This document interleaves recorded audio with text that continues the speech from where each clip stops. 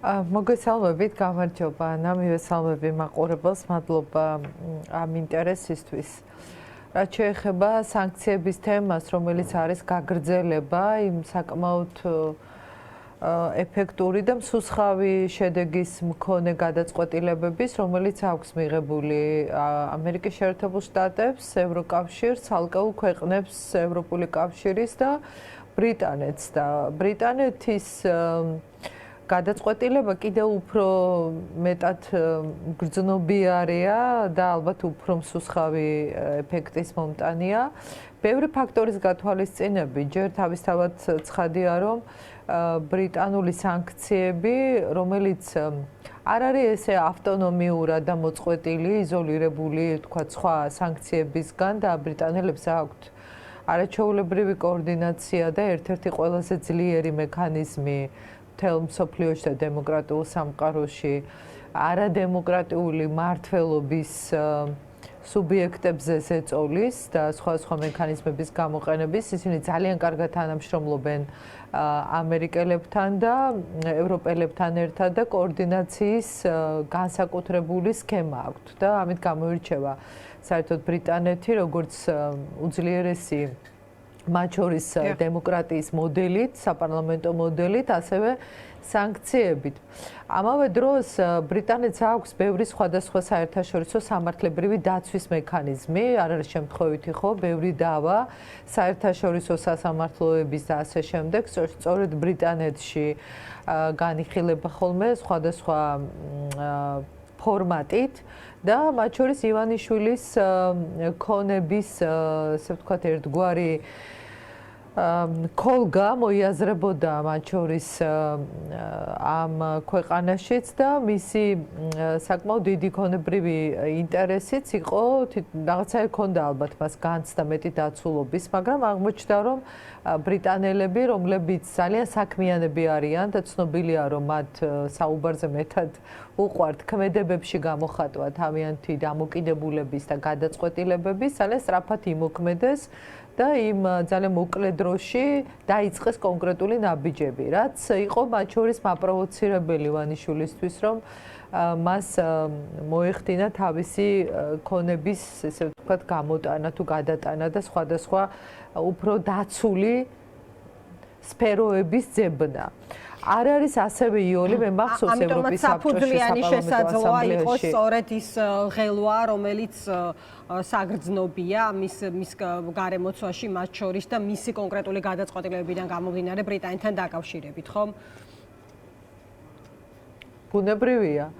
ბუნებრივია და მათ შორის მახსოვს, როდესაც ევროპის საბჭოს საპარლამენტო ასამბლეაში სწორედ ბრიტანელები იყვნენ ერთ-ერთი ინიციატორები და ბრიტანეთის დელეგაცია, საპარლამენტო დელეგაცია, რომელთან ერთადაც მაშინ მუშაობდი ჩვენ მაგნიცკის სიაზე. მე მაშინ ვიყავი საპარლამენტო ასამბლეაში ევროპის საბჭოს იურიდიულ კომიტეტზე, სადაც გამოიტანეს ეს მაგნიცკის სია და ძალიან ძლიერი პატრონაჟი ჰქონდა ბრიტანელებს, რომ ამ სიაში მოხვედრილი იყო ყველა ის ადამიანი, რომელიც დემოკრატიის აწინააღმდეგოდ მოქმედებდა. მაშინ ეს იყო ძირითადად რუსეთის წინააღმდეგ გამოყენებული დოკუმენტი, სადაც პირველი ესე შევსება დაიწყო სწორედ ამ ავტორიტარული რეჟიმის განსაკუთრებულად გამოკვეთილი პირების და შემდეგ ეს სია, რა თქმა უნდა, ფართოვდებოდა. ასე რომ აი სია, რომელსაც შემდეგ მათ შორის ბრიტანელები განსაკუთრებული ყურადღებით ეკიდებიან, იმიტომ რომ ის ძალიან სწრაფად გადადის ქმედით ნაბიჯებში.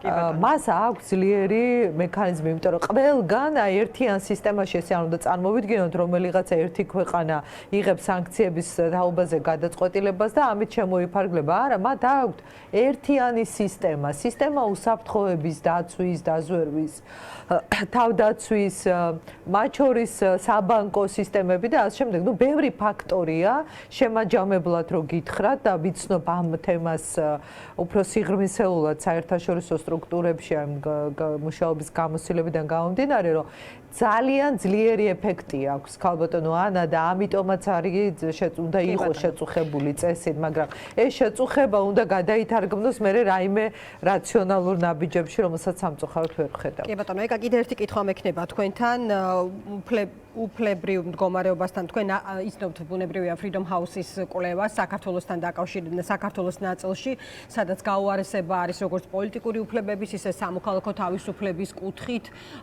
იქ მათ შორის საუბარი არის დარბევებზე და ასე შემდეგ. აი ამაზე რისი თქმა შეგიძლიათ, რაზე მიუთითებს ეს სურათი, რომელიც გახდა ცნობილი კონკრეტულად ჩვენი ქვეყნის მაგალითზე? ჩვენ გვაქვს უკიდურესად მძიმე უკუსulis მაჩვენებელი ადამიანის უფლებების და დემოკრატიის კუთხით. ამის პირველი ინდიკატორი, რაც მე ხვდება ასეთი ავტორიტეტული საერთაშორისო ორგანიზაციების დასკვნებში, არის ის, რომ არის ძალიან ბევრი პოლიტიკური ნიშნით დაპატიმრებული ადამიანი და სასამართლო პირდაპირ არის იმ დავალებების შემსრულებელი, რომელსაც პოლიტიკური გუნდი იძლევა. ხო, ამის მაგალითია აი ბოლო პერიოდში ყოველდღიური სასამართლო პროცესები, რომელსაც აშუქებთ თქვენ და ვხედავთ ამ დაჯარიმებების დაუსრულებელი ტალღა, სრულიად უკანონო, სრულიად უსამართლო, ჩვენ მართლა ძალიან დიდი ენერგიით მუშაობთ ყველანი, რომ დავეხმაროთ ამ მოქალაქეებს სამართლებრივი პროცედურების გავლაში. სისხლის სამართლის საქმეები, სადაც პოლიტიკურად მოტივირებული საქმეებია 50-ზე მეტი ადამიანი უკანონოდ დატუსაღებული.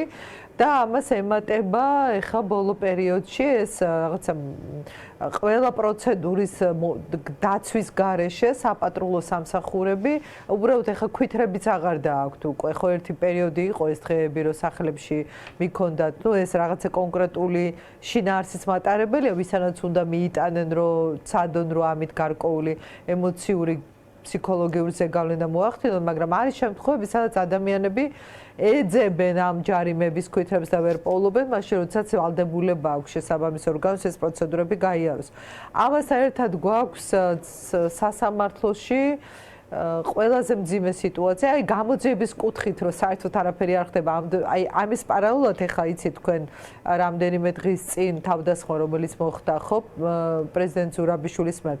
აი რამდენი ხანი გავიდა, ერთ კვირაზე მეტი გავიდა, ერთი ზარი არ განხორციელებულა არც ჩემთან, არც თავად სალომე ზურაბიშვილთან. გამოძიება დაიწყო, არ დაიწყო, ვინმე ფორმალურად დაინტერესდა, არ დაინტერესდა, აი აბსოლუტურად არანაირი რეაგირებას არ ახდენენ და ამ დროს ხდება სრულიად უწყინარ და მშვიდობიან სიტუაციაში მოქალაქეების ძალიან მაღალი თანხებით დაჯარიმება. ეს არის სურათი, რომელიც ადამიანის უფლებების კუთხით გვაძლევს ასეთ გაუარესებული დასკვნის საფუძველს სამწუხაროდ. დიდი მადლობა, ეკა, ჩვენ კიდევ გავაგრძელებთ ამ თემებზე საუბარს, დაგემშვიდობებით 5 საათზე ახალი ამბების დრო